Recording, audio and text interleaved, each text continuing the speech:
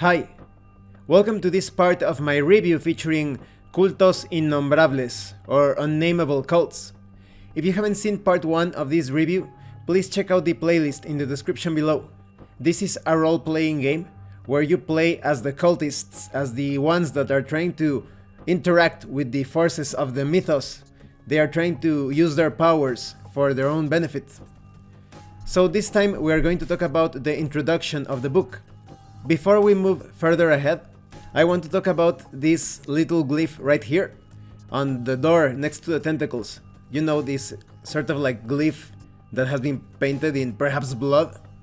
This symbol is very interesting, this strange amalgamation, because this sort of glyph has appeared in different places. It is somewhat iconic, but funny enough, it was created as part of a hoax, of a Necronomicon hoax.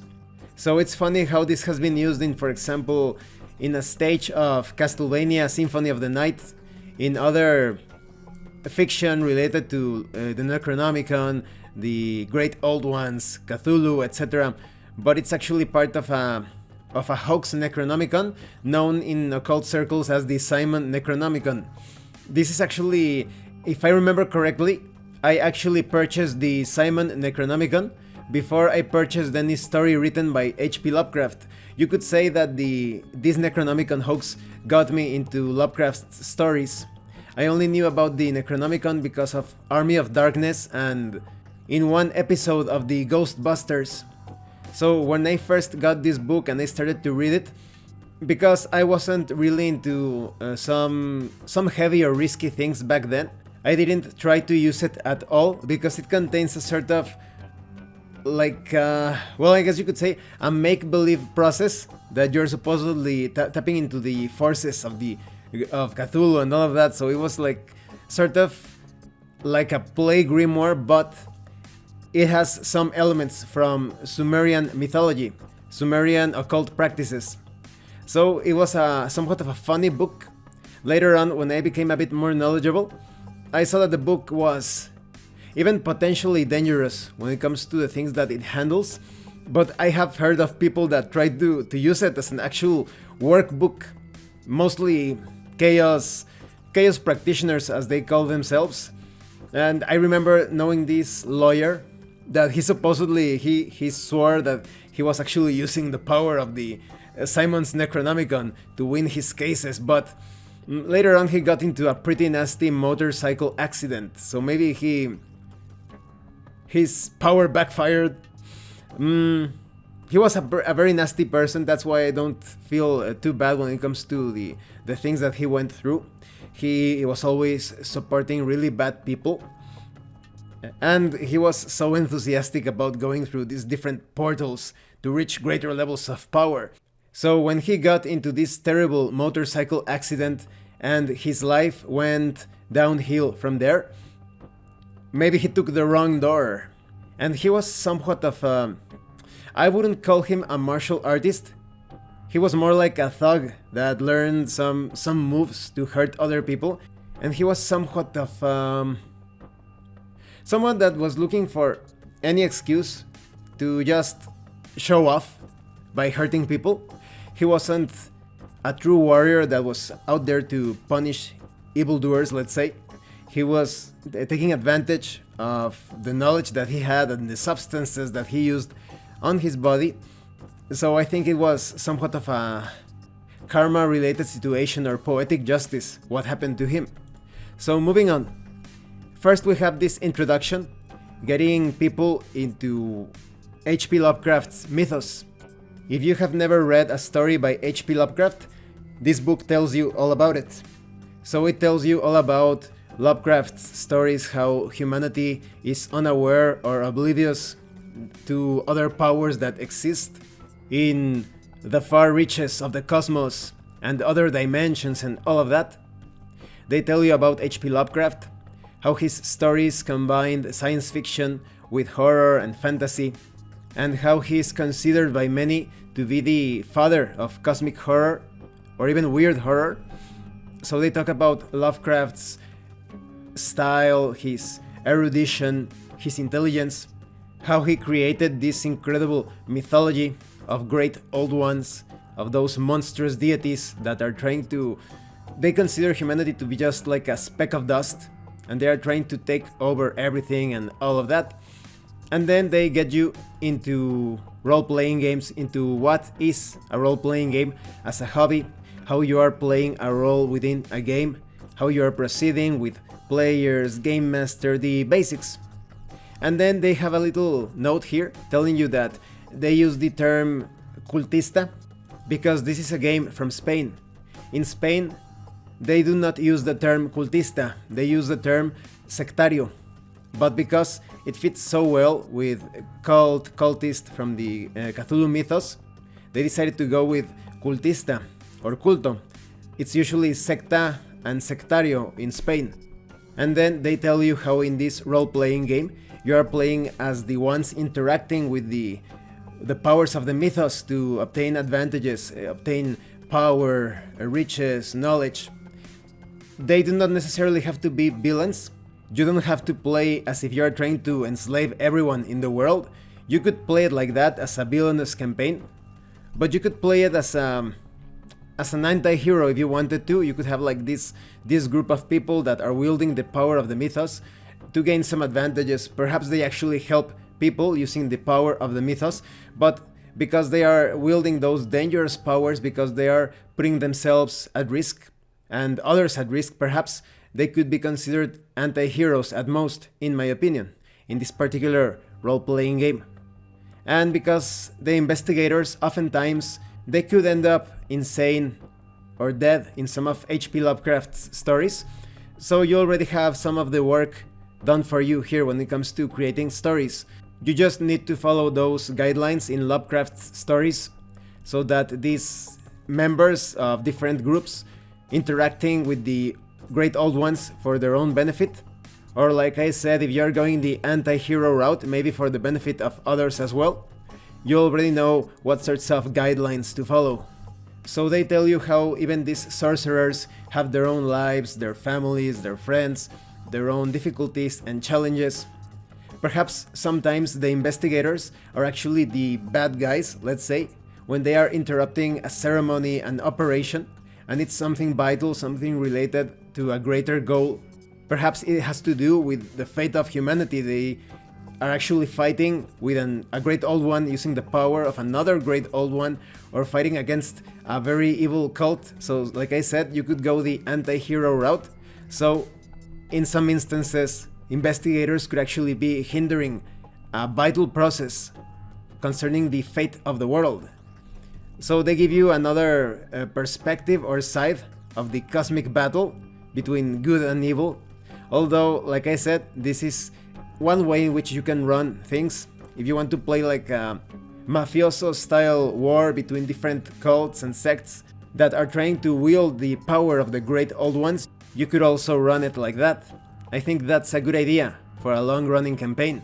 Maybe you have like families, like mafia families or crime families or even government families that are wielding the powers of the great old ones, trying to take advantage or get the upper hand over the other groups. Now, you also have information on the different books that you can read. Some guidelines, it's not an exhaustive list of everything, they just give you some tips on how to get into the mythos stories. And at the end of this section, you have a piece of fiction. And let me warn you that there are going to be spoilers starting now. This fiction is called Nyarlathotep, or Reply or Response to Nyarlathotep. It's inferior, in my opinion, to the other fiction at the start of this book. In that story, as you may remember from part 1, there is a good structure and it feels like it's a story from a different author, but respecting the sensibilities, the elements of Lovecraft's original stories. But when it comes to this story, it feels like someone that sticks too close to the original Nyarlathotep material. It's going to remind you a lot of when Lovecraft first introduced this aspect of the great old ones, because you know that Nyarlathotep has many faces, many masks. So in this particular story, you have this protagonist. It's read from the perspective of a man that notices that the world is in total chaos. There is war, there is a lot of unrest, and then there is this dark Egyptian man, of course. You know who that is. One of the many faces of Nyarlathotep. So this Egyptian man is very charismatic, and he starts to sway and dominate people. So this is an important part of this story, even though I don't consider it to be very good. It has a good message, and we will talk about that message in a few moments. So you have this charismatic individual. He starts talking and kind of like hypnotizing large groups of people. They start to create like a cult around him, like followers. He feels a bit like Sadhguru. So there are even people that continue on with his message. He is not asking them to do it, but because he has this sort of like lull or hypnotic effect over people, they start to ignore his background, where he comes from, his true purpose. And the protagonist is aware of this, but you can see that the protagonist is also somewhat hypnotized or drawn towards him.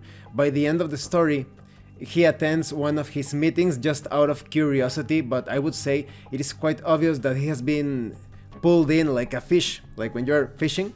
He's one of the unwilling followers. He's still aware of the horror of the situation, of this man that is actually an evil entity enslaving people. And by the end of all things, it seems like this dark man, like in this aspect of Nyarlathotep, ends up sucking the entire group of people, because he carried out this sort of conference, and he sucks them all into this sort of void. And that's where the story ends. You do not know what is going to happen to all of those people. So, like I said, there is a really good message here. In this case, Nyarlathotep has created a cult of personality around him. And I think this is painfully common in present times. You can see this even here in YouTube with all of those e-celebs and different like gurus and or these cult leader sort of people, these demagogues that are trying to show you or portray a particular image of themselves, a mask of Nyarlathotep, but that's not who they are. If you do a background check, if you use your logic, your common sense, the true scientific thought, not the dogma and doctrine that they are trying to sell as science, but it's actually religion. When you carry out your own thought processes, your investigations, your observations, you will see that many of these evil people belong to different cults and sects and evil organizations. And there are many conflicts, wars between nations, conflicts between people. And even here, when it comes to role-playing games, you see certain groups of people fighting this sort of war between each other. And you will see that I wouldn't even call them charismatic, I would call them just like demagogues or these hypnotists are usually fanning the flames of the conflict, because that way they obtain some sort of profit. In the case of role-playing games, they're always telling you, oh, that group of people, those that play those games, hate you. In order to support the war effort, you need to purchase my games or purchase my books. And I find that very deceitful, and you will see that those people are constantly fanning the conflict between people because they profit from that. And you can take this to even a greater scope, like I said, in wars between nations, because selling weapons and vehicles of war, it's just too much of a big business, and it keeps the population low as casualties in war accumulate. So there is a lot of truth when it comes to the expression theater of war. So yes, I think this fiction, although it is not particularly good in my opinion, it is not as gripping as the first story, it has a valuable lesson. Do not get tricked by the masks of Nyarlathotep. There are many groups that are trying to do so many bad things to people, especially a certain group. I'm going to put a very interesting video in the description below. Freemasons!